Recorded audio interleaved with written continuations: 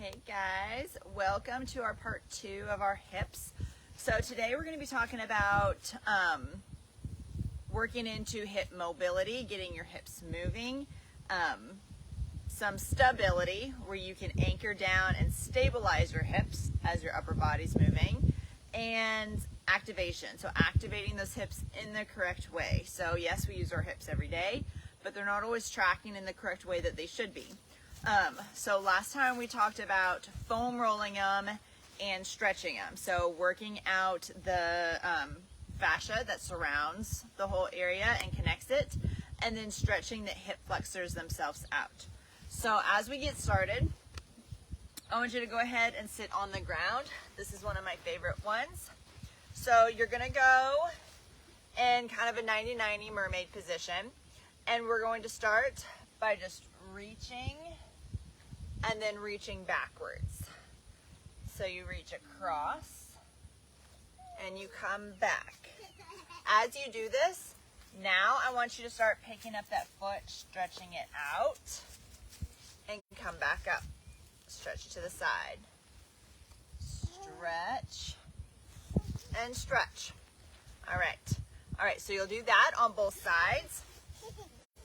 Then you'll go into feet on the ground, and now you're going to work on internal and external. So knees going down, internal. So one knee is going down for internal, one knee is going back for external. Now I don't want you leaning your whole body over. So your hands are anchored down and you're trying to keep your butt cheeks on the ground. So go with where you can start here. So if you can just drop here before you have to fully rotate and lift your butt cheek off the ground, that's where you go. So find your starting point. So the point in all this mobility stuff is to, one, make it better, but two, you'll start to find your imbalances. You'll start to feel where is your strong area, where is your weak area. So keep moving side to side. And again, make sure you do both sides for your mermaid lift. Guys, move. All right. So now we're going to work a little on stabilizing. So as you're here, I want you to anchor down, look at your toes, make sure your toes are spread, make sure your arches are kind of lifted, get yourself anchored in, and then you're going to lift and stretch it to the back. So as you go here, I want you pulling your pelvis under, so I don't want you arching that lower back to get that raise. You're raising and you're raising. Good. Also, as you're here, I don't want you rotating in your hips a lot. So I want your hips nice and even, and you swing forward and you swing back. And you're moving it from the hip here. All right. Again, make sure you do it both sides. Feel where you start to get a little tight. And I don't want you just swinging it away. I want it slow and controlled. Lift, hold, move it back, lift, hold. Make sure you're not arching in that lower back, so get your hips pulled under. That might decrease your range of motion, and that's totally fine. That's where we want you to be. All right, so our next one,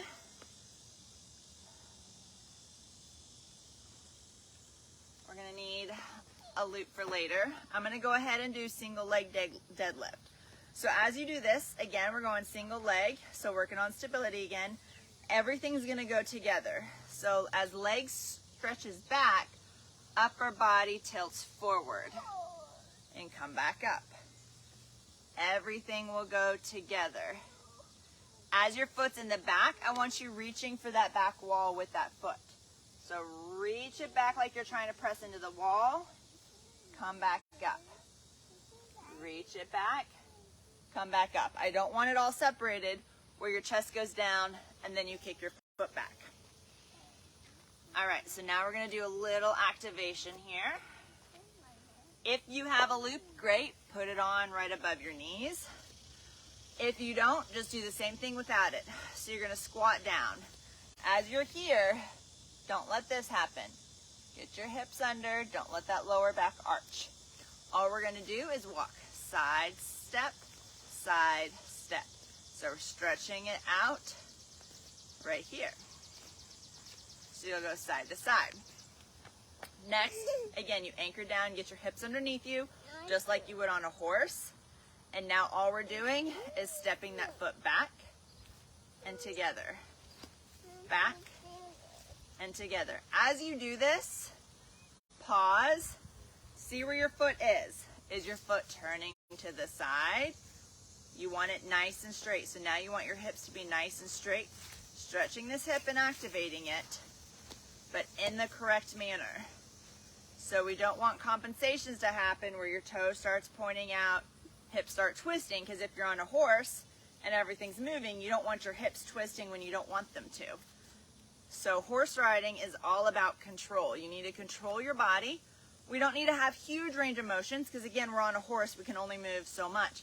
But you have to have very fine-tuned control in the situation. So you step it back. You stretch this hip flexor out.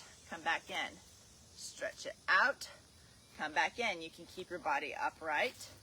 Do the same thing. Making sure you're not rotating side to side. Keep it nice and steady.